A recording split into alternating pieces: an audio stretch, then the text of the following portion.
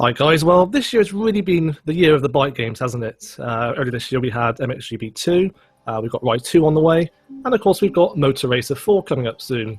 We recently got our hands on it, so we thought we'd have a chat about it. So I'm Martin, and joining me as ever is Kevin.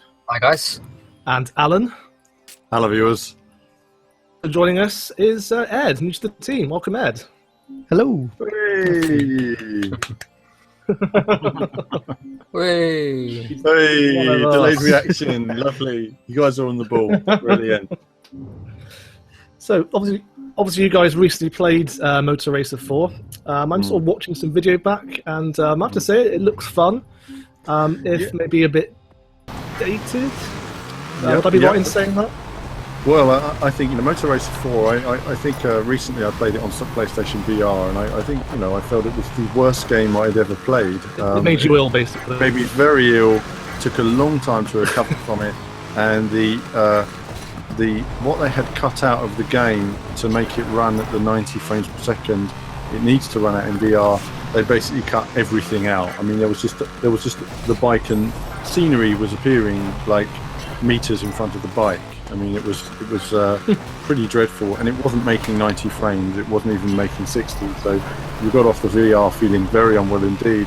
So I spoke to the PR guy who's handling this. Says to me that it's moved on a long way, and he says he actually found a one-player game worth playing. Surprisingly impressive. So popped along to an event recently where we tried out a bit of Moto Racer 4. What are we expecting from this first? Crazy, manic, arcade biking action on roads and off-road. That's what we're expecting. Maybe a bit of road rashing, kicking people off their bikes, and of course some crazy extreme tricks along the way. So, kicking off with a game, it was a very early build. It turns out that the build running on PS4 was over 2 months old. The build we were playing had a variable frame rate, going up to 60 and down again. However, we've been informed that it will run at 60 in the final game. Visually, it's got a retro feel. It's got a retro sort of dated feel. It's almost like they went for that sort of style, something that really tied in with the earlier games. Nice lighting effects, however, but certainly visually it's smooth, but there's not really a lot of detail there, so you would expect it to run at 60 frames. I look forward to seeing the later game to see if they do actually achieve that. They absolutely need to, because visually it's designed in that direction. I have to say it does look a bit like a mobile game in places, not to be too harsh, but like you're saying, the detail in many respects is lacking in detail. Yeah, it reminds me of Riptide, excuse me, GP Renegade. A real sort of old school racer with your jumps and your tricks, and it's almost like a cartoon-esque sort of aesthetic to it. So it looks like it could be fun. I definitely felt like that. When I first got my hands on it, I was looking at the style, and it did look a bit stylized, sort of like a matte sort of finish to everything. Yeah. Maybe a little bit like Borderlands without the outline of everything. Yeah, a bit like cel-shaded style to it. And, Yeah. It has a certain charm to it, I think. Yeah, agreed. Yeah, I think they've gone for. They know what the style they're going for. They've got an audience they know liked Moto Racer, and they've made it for that audience, specifically for that audience, and they want to continue that theme. So you could look at this game and say, "Oh, look, it's a Moto Racer game. I used to like Moto Racer way back when."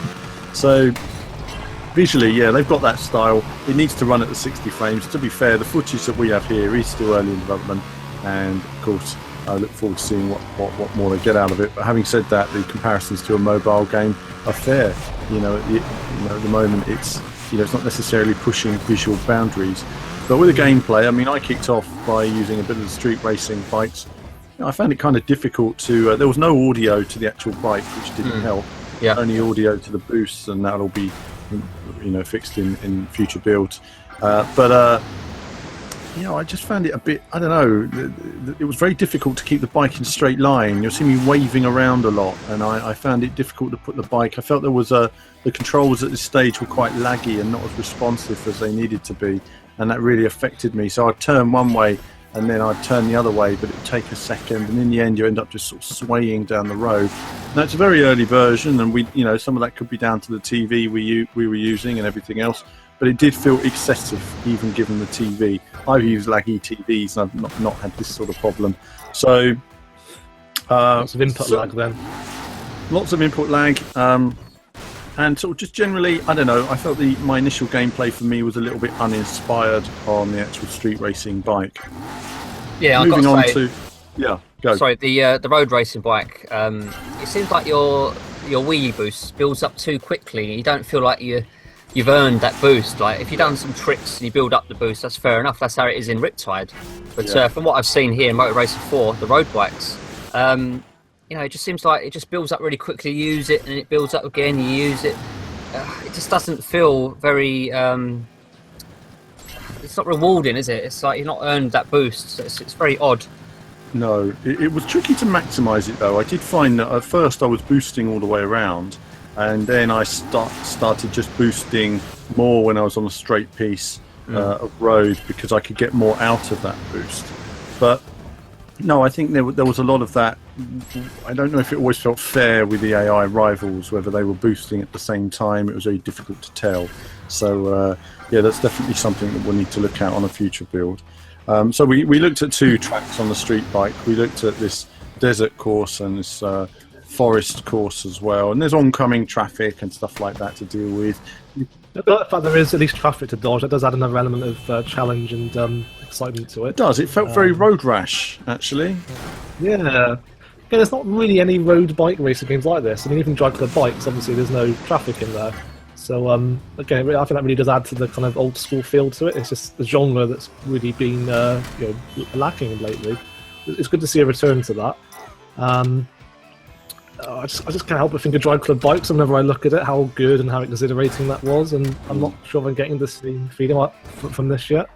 No, I think there's little things. I'm looking at the footage of me testing out the kick animation, which was quite bizarre as well, because it was just a bit slow and casual, wasn't it? It was like, and kick, quite stretching your leg out while having a kick is quite bizarre. I mean, so yeah, I played these street racing bikes and the forest circuit as well, and then after that I handed over to Ed, who jumped onto the dirt bikes, which looked a lot better than the street racing bikes and handled better as well, I might add. So Ed, what was your initial feelings there trying a bit of Motor Racer 4? Well, I instantly had to immediately get used to the sort of input lag that we mentioned already. I think I sort of get into a bit of a groove where I was sort of waving from side to side to keep it straight enough. But yeah, I think on the dirt surface it was a lot more forgiving, and you could sort of get used to the sort of slides that you put into the corners, and it was quite satisfying actually when you link up a couple of corners quite well. I also started to try and get an idea of what you could do in terms of tricks and things like that. Having seen some of the promo videos since, you can actually do a lot more tricks than I managed, but that probably become quite a fun element to incorporate into your races, as long as you don't mistime it and end up belly flopping on the floor. Yeah, I've got to say, otherwise, it's quite fun. Yeah, I'm more impressed with the off-road sections than I am with the on-road stuff. It felt to me, looking at the gameplay, that it worked a lot better off-road. It just looked smoother, or it just looked better. It looked like it ran better. It looked like it was more fun, more obstacles to negotiate. It always had that sort of Motorstorm vibe to it, I thought, in places. So yeah, there was definitely a performance increase in terms of frame rate on the off-road stuff. It was running much smoother. So I guess at this stage of development they focused more on that. The dirt bike was handling better, and as Ed was saying, a little touch on the brake was drifting you around the corner nicely. I think what's also interesting is the performance boost. You look at the grass at the sides and you feel like you can ride over it, but if you touch the grass you slow down quite a lot. It's important to stay on the dirt all the time, even if you think, cutting across that grass would surely be quicker. No, it's not, because you lose quite a lot of speed. So there is that there. But either way, the dirt was definitely more fun. Again, Ed got a hold of the controls much quicker than I did in terms of the dirt biking as well. I mean, it's pretty precise, isn't it, Ed? Some of those corners. Yeah, you've got to, like you said, staying on the actual race track rather than drifting out to the grass is pretty important to make sure that you're keeping your bike up to speed. And when you're really nailing, there was one circuit that was in sort of like an aeroplane graveyard, which was a bit more of a sandy sort of surface. Initially, I thought I felt a bit of a difference between that and the dirt, which would have been interesting, but now I'm not so sure. But there was one corner there where it was quite a tight hairpin, and if you nail the slide button, which is circle, you're going into that hairpin and just nailing that just right. You get launched out of it, and it's really satisfying. I thought it was a good mechanic there. But it worked quite well. It was at times quite difficult to keep you like on track.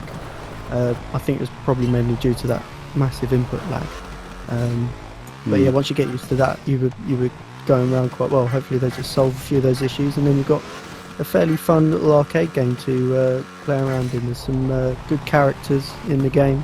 I saw there was one of the bikers is like a Russian character, and whenever he says something, there's some subtitles at the bottom of the screen during loading screens and stuff. Whereas the Russian character is saying stuff, and like his letters are backwards and things like that to show that he's actually Russian. Yeah, I actually noticed in the when you select your character, they're all wearing helmets. Yeah. So is that true throughout the game? You don't actually see the faces. I didn't see any faces when we did have the game booted up. Although there are some unique helmets going on. There was one guy with a bit of mohawk and like teeth on his helmet and stuff. One had that rider in red looks a lot like a Power Ranger to me. We did say that at the time. Yeah, we did say that they're more like Power Rangers than bikers. Like one. It's Power Ranger bikers. There's no doubt about that. Yeah, exactly what we thought. The way he's sort of posing, like, look at me. That is, he's ready for action. Yeah, and they're colour coded with their bikes as well, aren't they? So it's interesting. Yeah, it's certainly stylized wise, it is Power Rangers for sure. For saying that, your guys are like heroes for some of the stupid jumps they're doing. Dirt biking, no, there was one sort of more expansive sort of open track that was a lot of fun with the dirt bikes. And as Ed was saying, when you hook up some of those, hitting the circle button for that extra bit of drift into some of those corners, you really can slide the bike round. It does feel very satisfying. So I think online it could be a lot of fun with your friends. And don't forget, you can nudge them or kick them off their bikes as well, just for that extra bit of good feeling. I think very good. It's also going to support a split screen, at least a split screen 2-player mode. Yeah. We did see the split screen 2-player mode, but it was too early really to be showing to anyone now. It was running at a very low frame rate and needed an awful lot of work, and frankly it wasn't representative of the final game. So that's something that we'll come back to on a later build, but I think it's very important on an arcade game like this to have that local sort of multiplayer option. So something we'll look out for. It has it on most games lately. It's almost a selling point now, having split screen. Yeah. We've touched on that before. It says a lot when a game, one of the main selling points of the game is a career mode or the split screen mode. Yeah. I mean, we got to see desert, some hilly areas in the forest, but they all seem pretty similar to one another. Do you think there's is there any great sort of variety in the environments at all? At this early stage, it's difficult to say. There is like a mountainous environment we haven't seen. One where you're in more of a city environment, going over a Golden Gate Bridge or something like that. Okay. But we haven't seen those in this early build. So again, in terms of locations and environments, this was a very early build, and there's still a lot more to see. But how many locations, environments, I don't know if we've reported on it before, but and I don't know how many there's going to be. But it does need quite a few if it's going to be retaining your interest, and it does need quite an extensive multiplayer option in terms of stats and information as well to keep your interest. So I think it's a fun potential problem is will it get boring quick. I think that's one of the if it absolutely does, if the tracks do get a bit repetitive. There's an opportunity for that to be the case, but I think also there was a few different modes as well. Like I played, to start with, my first game was this sort of elimination race where the last person on the track was getting eliminated every sort of 30 to 40 seconds. Which just reading up on that, there were quite a few different modes. So that sort of gives you a bit more of variety there, and it gives you a different thrill when you're in the race. But you're right, if we don't have enough tracks, apparently there's 15 game modes, it says there. Oh wow. 15. There you go. So Riptide had about 15. 5. Had like your elimination, your quick races, and all those bits and bobs, and that got repetitive once you played through the career mode. So 15 certainly is a nice number. So I imagine there's probably a few modes they haven't revealed yet as well. They've only revealed about half a dozen so far.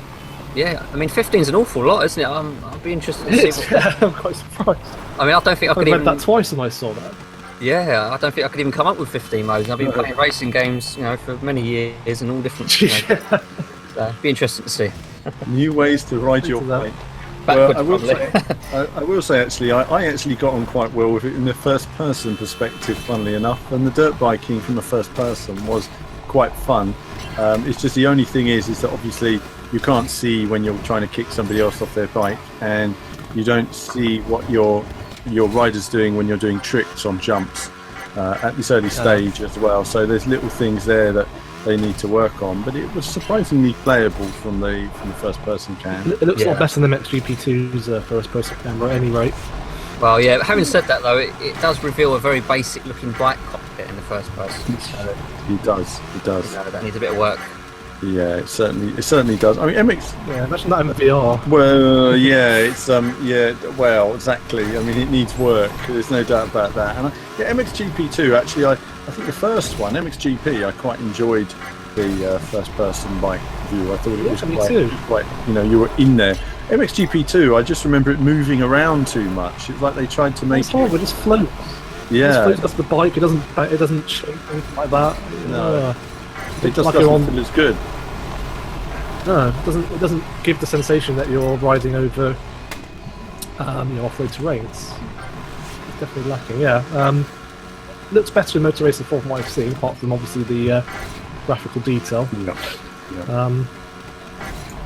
It's interesting to note as well that one of the original designers of the original series is involved with Moto Racer 4, so that's good to see. I think bear in that's mind. Yeah. Bear in mind how long it's been since there has been a Motor Racer game. I mean, looking back at the early Motor Racing games, number 1 had a terrific sense of speed. If you look back at number 1, phenomenal sense of speed, really fast action. Whereas Motor Racer 4, I'm not quite sure if they've got that real sort of on the edge. Because again, I think Club Bikes has ruined that for me, because that is just that has set the standard, I think, for graphics, sense of speed, cockpit view for bike games, and yes, I know what you mean. Motor Racer 4 hasn't quite lived up to that standard yet. Like you said, in the first few games, it was a terrific sense of speed. That was part of the appeal. It was a pick up and play arcade bike racer with incredible sense of speed. It was fun to play. It was exciting. I'm not quite feeling that yet on Motor Racer 4, although I haven't played it yet, so I'll reserve my judgment.